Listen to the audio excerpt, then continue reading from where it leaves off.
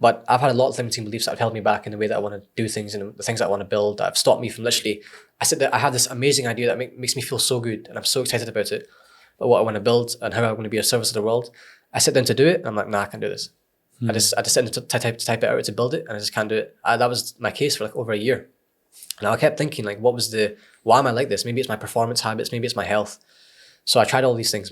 I had a performance coach, I had a health coach, all this kind of stuff, and that never was the root cause. Never actually healed the things that were stopping me from being the way I want to be, which then allowed me to build what I want to build in business and be the way I want to be in business.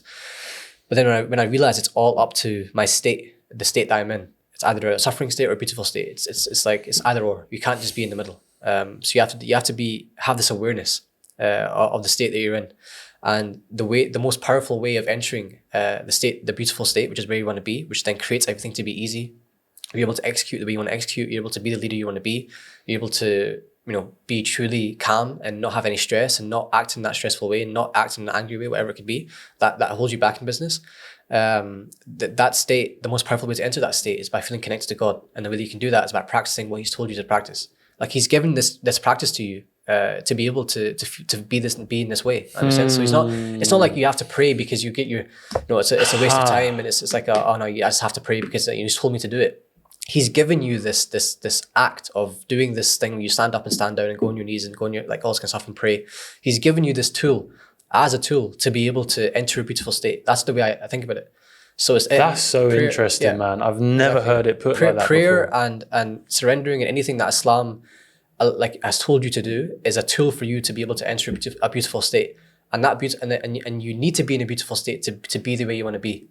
That makes sense. So yeah, that's how for me I've realized that everything that Islam has allowed you to and makes you do, like praying 5 times a day, not makes you do, but has given you the opportunity to do. That's the way to think about it. Praying 5 times a day, fasting, all this different stuff. The way to think about life, it's given to you as a tool, as an opportunity for you to live life in the way that you want to live it. That makes sense? No, that's beautiful. So that's ever since then. I know that if I don't pray that day, I know that day's gonna be shit.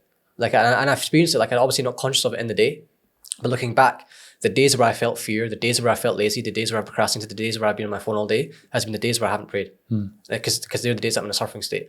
So now I know that if I just do these small things that take 5 minutes, it's the tool that God has given you that takes minimal effort. That you think when you're in a suffering state, you think like, oh, I need to pray, I'll do it later, all this kind of stuff. That's when you're in a suffering state. So if you grow this consciousness and this awareness, then you're able to do these things, these small, easy things, with less friction or no friction sometimes.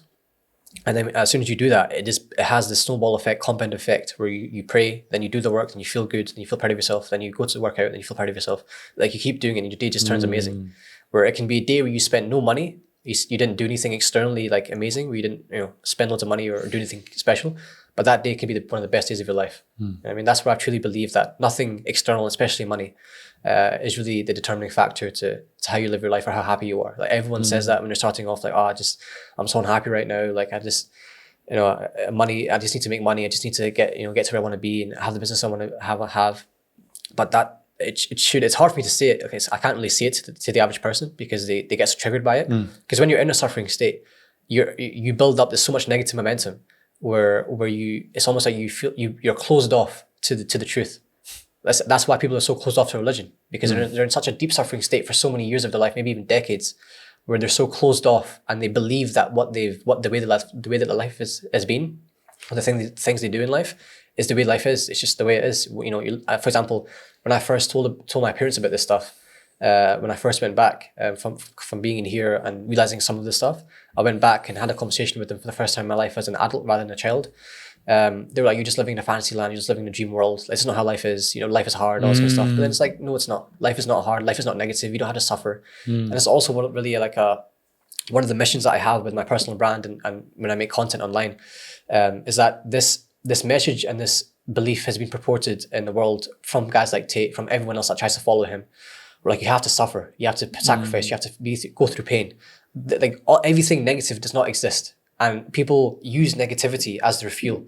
But it can work for a small amount of time, but you're never truly going to be happy, and it's not sustainable, and you will never find God properly. And that therefore you'll never be truly happy.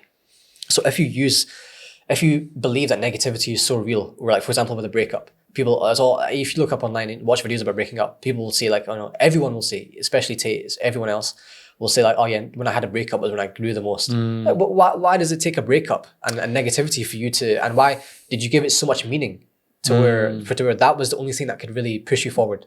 So then you start craving negativity in life. And then if you live your life that way, you're going to be on your deathbed thinking, what the fuck was the point? I wasn't happy.